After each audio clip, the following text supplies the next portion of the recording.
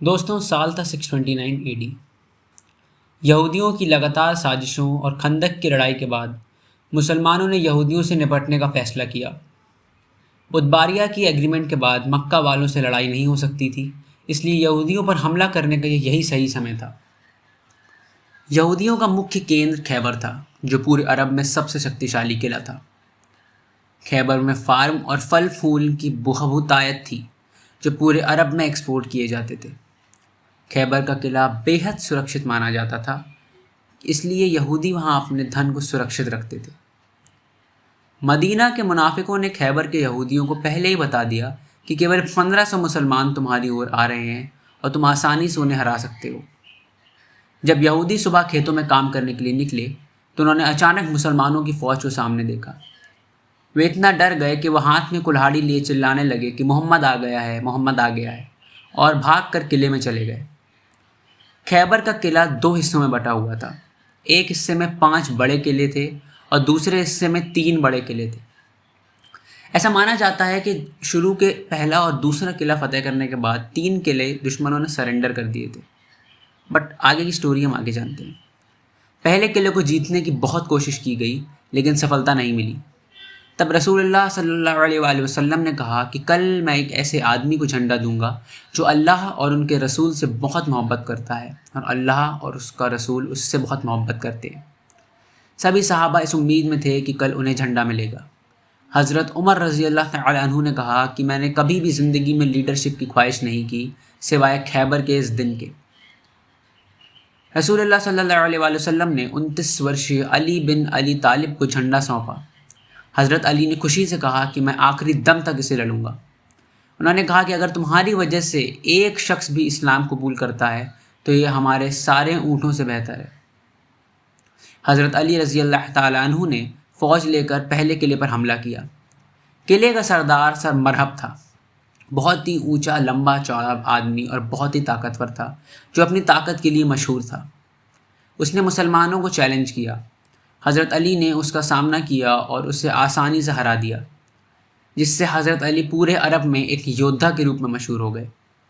इसी के साथ लड़ाई शुरू हुई और यहूदियों ने भी ज़ोरदार प्रतिरोध किया। यह घटना उस समय की है जब इस्लामिक सेना और यहूदी किलेदारों के बीच खैबर के किले की लड़ाई हो रही थी। खैबर का किला यहूदी किलेदारों के लिए एक महत्वपूर्ण स्थान था और इसे जीतना मुस्लिम सेना के लिए ज़रूरी था। खैबर का किला बहुत ही मजबूत था और इसमें प्रवेश करने का अत्यधिक कठिन था, क्योंकि इसके मुख्य द्वार का खोलना लगभग असंभव था। कहा जाता है कि किले के मुख्य द्वार का वजन लगभग 900 किलो था और इसे कई लोगों के एक साथ प्रयास से भी नहीं हिलाया जा सकता था। जब मुस्लिम सेना को इस द्वार को पार करने में कठिनाई हुई तो हज़रत मोहम्मद ने हज़रत अली को बुलाया और उन्हें द्वार को खोलने का आदेश दिया। हज़रत अली ने अपनी ताकत और अल्लाह पर भरोसा करके उस भारी गेट को अकेले ही उखाड़ दिया और उसे अपनी ढाल के रूप में इस्तेमाल किया और किले में एंट्री ली। यह एक बहुत बड़ा मिरेकल माना जाता है इस्लामिक हिस्ट्री में। यहूदियों ने भी अली तालिब होने के नाते जन्नत और शहादत के कॉन्सेप्ट्स को मान्यता दी। जंग काफ़ी लंबी चली, लेकिन अंततः यहूदी अपने किले को छोड़कर दूसरे किले में चले गए। इस तरह खैबर का किला फतह हो गया। 3 दिन तक मुसलमान दूसरा किला फतह नहीं कर सके, क्योंकि यहूदी बहुत मजबूती से लड़ रहे थे। आखिरकार यहूदियों को इस किले को भी छोड़कर तीसरे किले में जाना पड़ा। तीसरा किला भी काफ़ी समय तक फतह नहीं हो सका और मुसलमान हैरान थे कि हमने उनके सारे खानों के रास्ते बंद कर दिए हैं, फिर भी वे बाहर आकर लड़ क्यों नहीं रहे। एक दिन एक यहूदी जासूस जो मुसलमानों के लिए जासूसी करता था, उसने बताया कि खैबर के ये किले बहुत पुराने हैं और यहूदियों ने इन किलों के बीच नीचे सीक्रेट रास्ते बनाए हुए हैं, जिससे वे पानी किले के अंदर ले जा रहे हैं। मुसलमानों ने जाकर इन रास्तों को बंद कर दिया।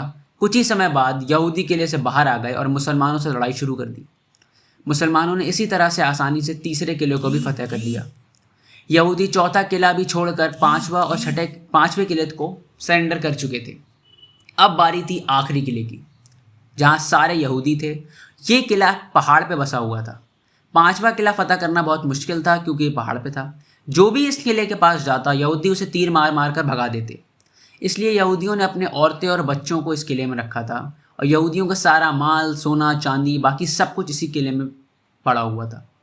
अगर इतिहास ने हमें इस बात सिखाई है तो वह यह है कि सबसे ज़्यादा धन हमेशा यहूदियों के पास होता है। मुसलमानों ने बहुत कोशिश की, लेकिन यह किला फतह करना असंभव लग रहा था। जब और कोई रास्ता नहीं बचा तो रसूलुल्लाह सल्लल्लाहु अलैहि वसल्लम ने तकनीक का पूरा इस्तेमाल करते हुए रैम्स और कैटापल्ट्स को सामने लगाया और यहूदियों पर बमबारी शुरू कर दी। इस तरह उन्होंने किले की दीवारों को तोड़ना शुरू किया। बहुत कोशिश के बाद आखिरकार किले की एक दीवार टूट गई और यह देखते ही मुसलमानों ने ज़ोरदार हमला किया। यहूदी औरतें, बच्चे, सोना चांदी सब कुछ छोड़कर किले के दूसरे हिस्से में भाग गए। कुछ इतिहासकारों का कहना है कि आखिरी के 3 किलों में आत्मसमर्पण हुआ था, जबकि कुछ ऐसा कहते हैं कि 2 किलों ने आत्मसमर्पण किया और एक के साथ लड़ाई हुई। एट द एंड यहूदियों ने सख्त लड़ाई के बाद आत्मसमर्पण किया और रसूलुल्लाह सल्लल्लाहु अलैहि वसल्लम ने उन्हें माफ़ कर दिया। लेकिन उन्होंने शर्त रखी कि खैबर में जितना भी खाद और फल फूल का पैदावार होगा उसका आधा हिस्सा मुसलमानों को दिया जाएगा। जितना भी माल और सोना चांदी है वो भी आधा मुसलमानों का होगा। यहूदियों ने खुशी खुशी इसे मान लिया। खैबर से मुसलमानों को इतना सोना और पैसा मिला कि मानो आज पाकिस्तान में अचानक तेल की खोज हो जाए और सब कुछ बदल जाए। हज़रत उमर रज़ियल्लाहु तआला अन्हु ने कहा कि यह पहली बार था जब हमने खैबर में पेट भर कर खाया हिजरत के बाद। जो मुसलमान मक्का से हिजरत करके मदीना आए थे उन्होंने अपने मदीने के भाइयों को पैसे वापस कर दिए। इस तरह मुसलमान जो पहले एक गरीब समुदाय हुआ करता था आज पावरफुल, अमीर और शक्तिशाली कम्युनिटी बन चुका था। तक के लिए वीडियो अच्छा लगा तो वीडियो लाइक, शेयर, सब्सक्राइब करें। Thanks for watching.